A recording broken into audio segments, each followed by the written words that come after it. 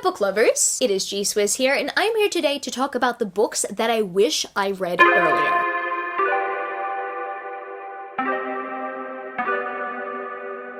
So this is a 7 on Sunday topic, and I am the host of 7 on Sunday. I will link the Goodreads page down in the description where you can check it out and you can participate in a topic in the future, or you can suggest a topic. And this week's topic was pretty much inspired by the fact that I've read so many books that I've had on my TBR either for years, or so many books that I've been putting off for years, maybe because I was intimidated by them, or maybe I wasn't interested in them initially. And then all of a sudden, I finally read the book and I am exposed to how glorious the book is. I realize what I was missing. And then I think to myself, why didn't I read this earlier? It's most likely because I just had the assumptions that I wasn't gonna like it as much, or maybe it wasn't gonna live up to the hype. It's for multiple reasons. But at the end of the day, with all these books, I wish I was exposed to them earlier, and I wish I never doubted them. The books that I'm gonna be talking about today fall under that category one way or another, and I reckon that this is a good topic to talk about, because maybe, just maybe, I might be able to help someone else out with their decision-making process regarding whether or not they should read these books. And I would say, with the books on this list, yeah, you should read them. I guess without further ado, I'm gonna get straight into this list and talk about the books that I wish I read sooner. So I initially planned this 7 on Sunday topic without considering The Diviners by Libba Bray, but I've recently read The Diviners by Libba Bray, and I could not agree more with the fact that I should have read this earlier. I should have listened to everyone's recommendation back when everyone was recommending it. When I first discovered BookTube, I believe I first discovered BookTube around the time that this book came out. I really don't know, but what I do know is that The Diviners was huge on BookTube before the other books in the series came out. And yeah,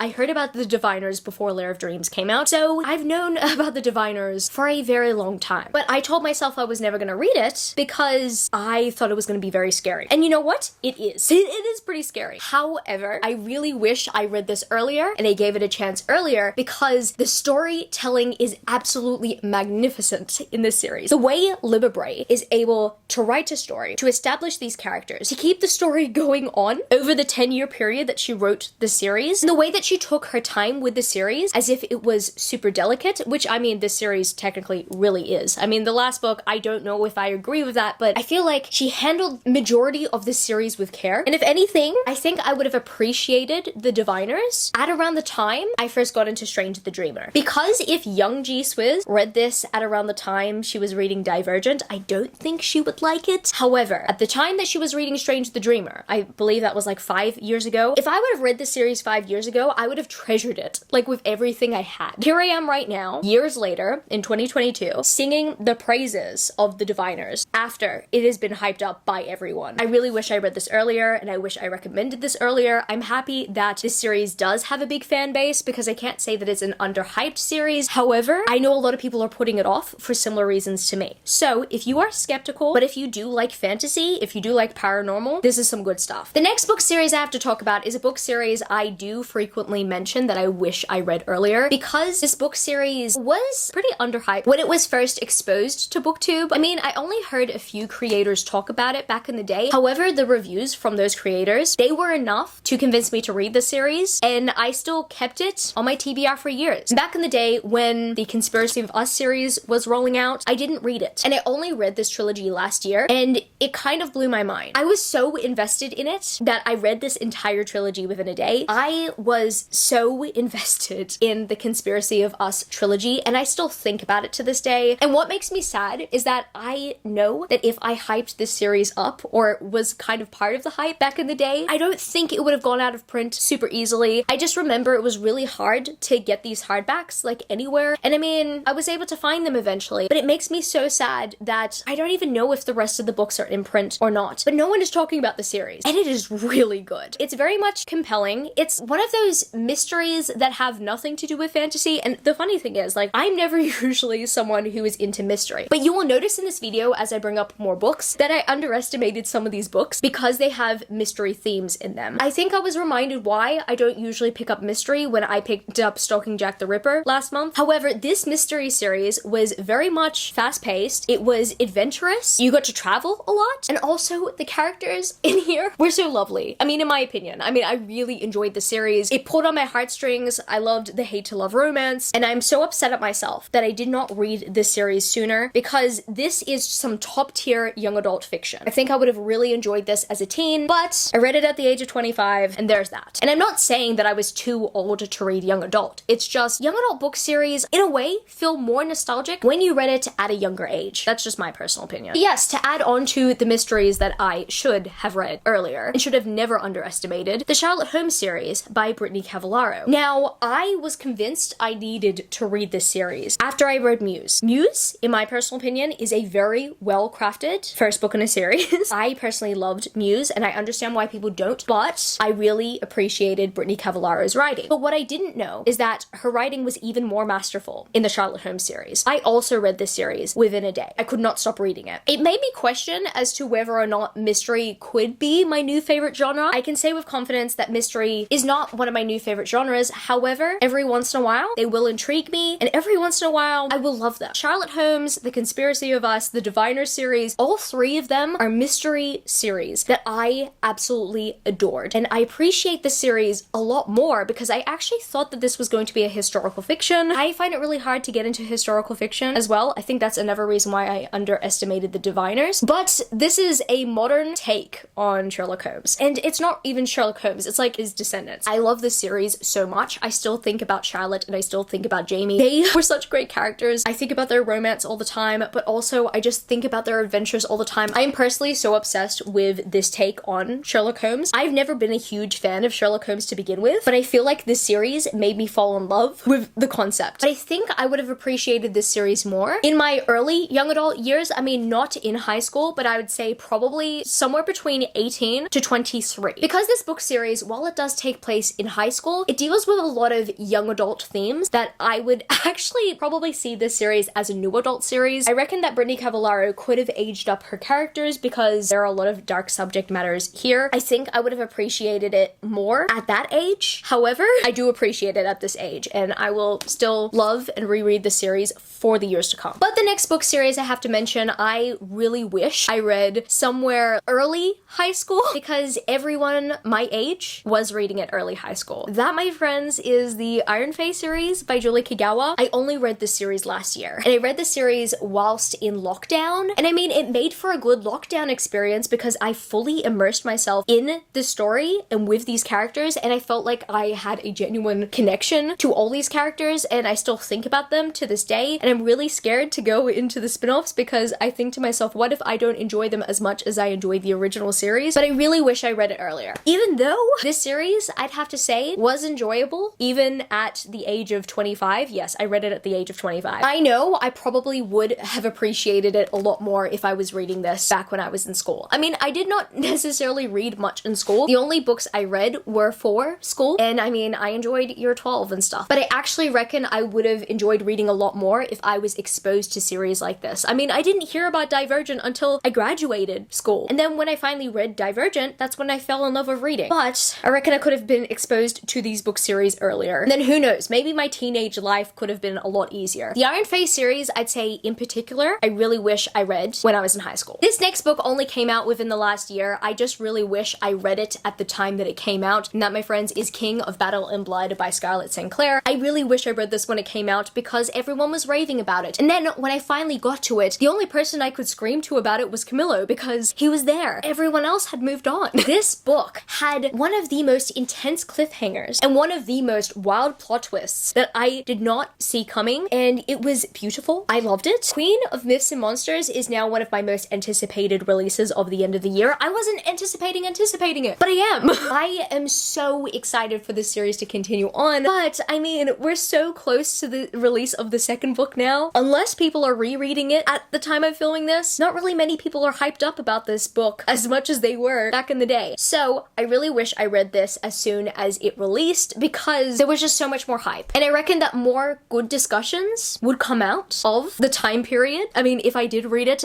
like, I know that everyone would be discussing it, everyone would be fangirling over it. I just really needed someone to be there for my feelings. I'm happy that my husband was. However, I really wish I was in on the fandom hype, and I put it off for a very long time because I had a feeling that I wasn't going to like it, even though I was anticipating a lot from it. It pretty much was the intimidation at the end of the day. And the next book/series that is on this list today is technically a book series that I wanted to read earlier, but I did not read earlier because I actually thought I was meant to read the spin-off series beforehand, but I didn't know that the spin-off series was a spin-off series to this series. Hopefully you're catching my drift here. I am talking about the Fair Isle trilogy by Tessandra Odette. I did not pick this book series up because the original covers did not match the Entangled with Fae series. I thought that I could read the Entangled with Fae series without reading the books before it. I literally did not know that these book series took place in the same universe, nor did I know that the Fair Isle trilogy took place before it. But that was because the cover style was completely different, so I had no idea they were in the same world. And then people were calling it out saying, you know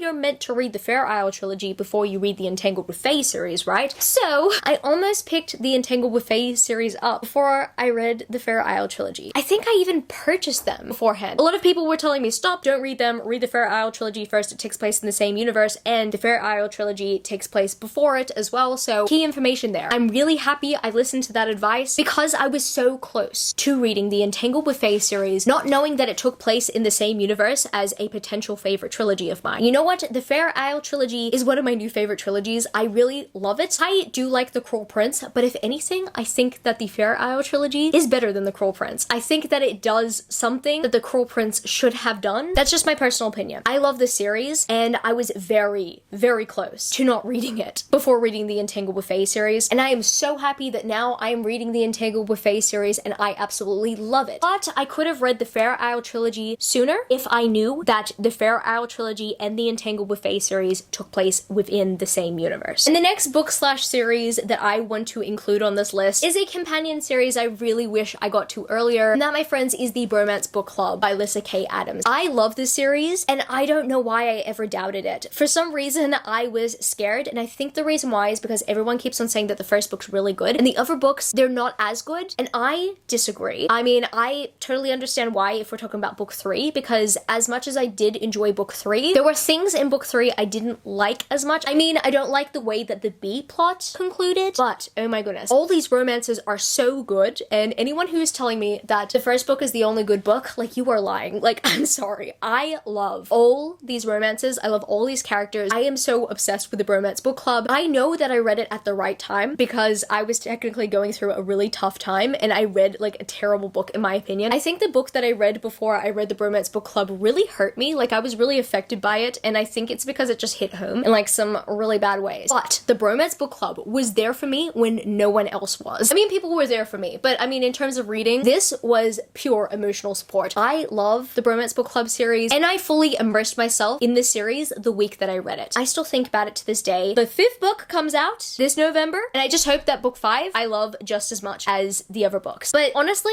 if you are scared to go into the series because you've also been hearing from people that the rest of the books aren't as good as book 1, you give it a try for yourself. You see whether you like it or not, because honestly, I don't agree with those opinions, and really, they just scared me more than anything. I didn't need to be intimidated. The series is amazing. The second last book series I really wish I read earlier, I wish I read a few years ago, has got to be the Wraith King series by Grace Draven. I've heard about the series many times over the years that I've been in the book community online, and people kept on saying it was really good and that it was underrated, even though anybody who read like independently published fiction that was pretty much recommended on Kindle had read it and loved it, and I put it off for years. And I technically put the Wraith King series off, thinking that it was pretty much like any kind of fantasy romance and that I would be able to just dive into it anytime. I thought that this series was gonna have ACOTAR vibes. It has kind of the complete opposite, because these characters are friends to lovers, even though it's technically a monster-human dynamic. I